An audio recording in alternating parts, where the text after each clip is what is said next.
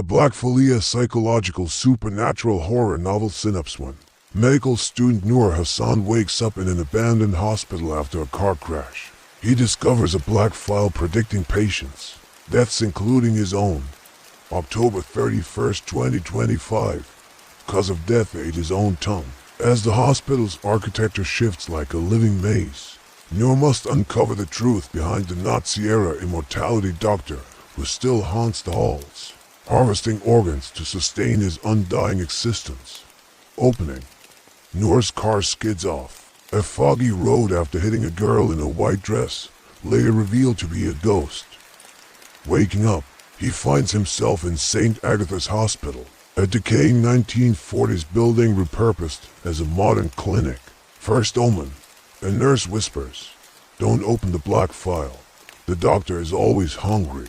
Sample passage. Greater than the walls breathe. Not metaphorically, the plaster bulged inward, then cracked, open like a ribcage.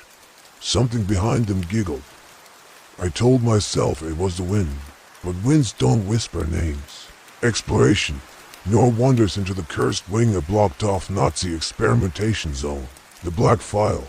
Inside a rusted cabinet, he finds files with photos of disfigured patients and future death dates. First encounter.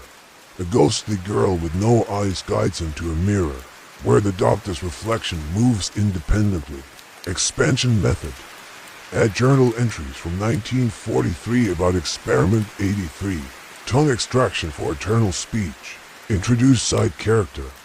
A janitor who survived 30 years by feeding the doctor his memories. Time distortion. Clocks run backward. Noor finds a modern IV drip in a 1940s ward. The doctor's ritual. Every night at 3 a.m., the doctor's spirit harvests an organ from a patient to sustain his immortality. Noor's corruption. He begins tasting blood in his mouth. His tongue twitches unnaturally. Sample passage. Greater than the mirror. Showed my reflection grinning. Then its tongue unspooled, slick and purple, slithering out to lick the glass. My own mouth filled with the taste of raw liver. Ghostly allies. Noor meets Lena, a 1950s nurse whose skin is stitched into the hospital. Curtains historical. Flashback. Through Lena's memories, we witness the doctor's first ritual, stealing a child's voice box to sing forever. Noor's file update. New text appears. Prepare the tongue. The feast is at midnight. Expansion method. Introduce hidden rooms, e.g. a chapel where patients' tongues are nailed to a cross. Add audio logs of past victims begging for death. The janitor's betrayal. The janitor lures Noor to the crematorium, revealing he's been extending his life by sacrificing others. Noor cuts his own tongue to break the ritual, but the doctor's spirit invades his body. The hospital collapses into a hellscape of screaming mouths. 3 possible endings. The new doctor. Noor wakes up in a clean hospital, but his reflection winks. Eternal feast. Noor's tongue grows back, and he starts hungering for organs. 3. The 1000th tongue. The hospital vanishes, leaving Noor in a field of bleeding mouths. Noor finds his missing fiancée revealed to be Experiment. His tongue becomes sentient, becomes the doctor, or dies. Lena, ghost nurse. Free the 999 trapped souls. Her stitches unravel into worms. Sacrifices herself. The janitor. Live forever by serving the doctor. His skin is grafted with patient faces. Burned alive by Noor. Greater than the furnace door hung open like a slack jaw. Inside, something glistened, not ash, but teeth, thousands of them, fused into a single lump that pulsed wetly. I reached out, and the teeth chattered. A whisper rose from the pile. He collects what we say. Greater than behind me. The janitor wheezed. The doctor needs voices to stay alive. Yours is juicy. His flashlight revealed the truth. The teeth were moving, knitting themselves into a new tongue. My tongue, greater than I ran. The hallway stretched impossibly long, the walls peeling back to show embedded bodies, their mouths sewn shut with surgical wire. One corpse's eyes tracked me. Its stitches popped. A voice that wasn't mine screamed from my throat.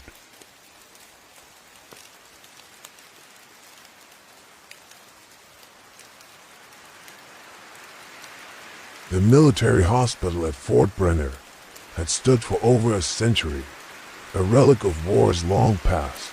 Its halls had seen countless soldiers come and go, some walking out healed, others carried out in silence. But there was one ward, sealed off decades ago, that nobody spoke of. Until now, Captain Daniel Harker had seen his share of horrors: IED explosions, gunshot wounds, the hollow eyes of men who had witnessed too much. But when he was transferred to Fort Brenner's medical unit for routine recovery after a shrapnel injury, he expected boredom, not dread. The hospital was a maze of flickering fluorescence and the ever-present scent of antiseptic. Nurses moved like ghosts, their faces drawn. The other patients whispered when they thought he wasn't listening. You hear about Ward D. They don't let anyone in there. Not since '78. Daniel ignored them at first. Army hospitals were full of superstitions. But then, on his third night, he heard a scream. Not the sharp cry of a wounded soldier, but something guttural, inhuman, echoing from the far end of the East Wing.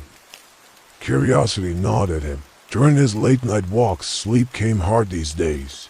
He noticed a heavy steel door at the end of the hallway, rusted shut, marked only with a faded D. That's off limits, Nurse Carlyle said sharply when she caught him staring. Why? Daniel pressed out. Her face darkened. Because some doors stay closed for a reason. That night, he dreamed of it: a long, sterile hallway, the sound of something dragging itself toward him.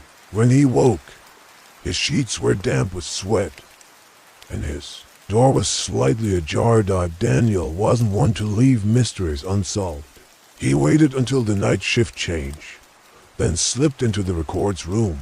Dusty files lined the shelves, but one drawer was different. Ward D. Restricted access. Inside, a single folder remained. Admitted. November 1978. Condition: unstable. Subject exhibits extreme aggression, self-mutilation, and unidentified physical changes. A grainy photo was paperclipped to the file. Daniel's blood turned to ice. The man in the image wasn't human anymore. His limbs were too long. His mouth stretched into a rictus grin of needle-like teeth. Scrawled in red ink at the bottom, "IT still in there." That night, the power went out. Emergency lights cast the halls in an eerie glow, and from Ward D-scratching dots something was trying to get out. Daniel grabbed his sidearm. Old habits die hard, and moved toward the door. The steel was cold, vibrating as if something heavy was slamming against it from the other side. Then, silence. Whispers slithered through the gap under the door. "You shouldn't have looked, Captain." The handle turned. The door burst open. Daniel barely had time to fire before something fast and wrong lunged at him.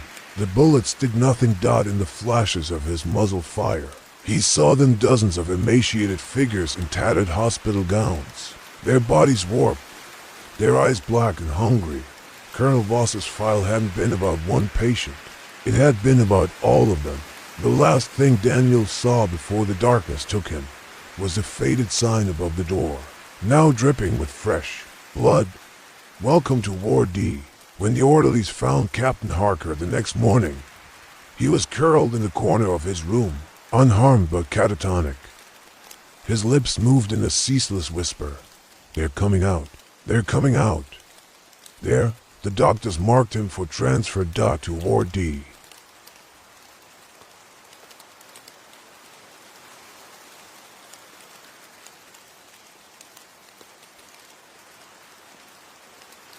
Here is the complete story of the Vanishing Soldier.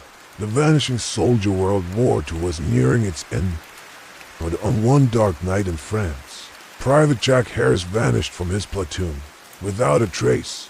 Jack was a brave and experienced soldier, but that night, he felt an eerie presence watching him. When he tried to contact his comrades, no one responded. The search for Jack began, but he was nowhere to be found. Days later, his platoon discovered a cryptic message scrawled on a tree near his disappearance point. "I've gone to the place of no return. Do not search for me." Weeks passed, and Jack's comrades started experiencing strange occurrences. They heard his voice at night and found his personal belongings in odd places. Private Tom, Jack's closest friend, decided to investigate further. He went to the spot where Jack vanished and found the same message on the tree. As Tom turned to leave, he became trapped in a thick fog. Jack's voice whispered, "I've been waiting for you. Tom, come with me." Tom saw Jack's silhouette in the distance, beckoning him closer. His radio crackled to life with a message from HQ. "Private Tom, we've received a transmission from Jack. He's alive, but not as we knew him." Tom's mind reeled as he stared at the line Jack had drawn in the dirt. He knew he had to choose: cross the line and face the unknown, or return to camp and report Jack's strange message. Tom crossed the line. The fog lifted, revealing a dark forest. Jack's voice guided him deeper in. "Welcome to my new home, Tom, where time has no meaning and death is just a whisper away." As Tom followed Jack, reality began to distort. He saw visions of his dead comrades, their faces twisted in agony. Jack's laughter echoed through the forest. "You'll join them soon, Tom, forever trapped in this place of no return." Tom was never seen again. His radio transmission ended with a single word: Jack. The war ended, but the mystery of Private Jack Harris and Private Tom remained, lost forever in the darkness of that French forest.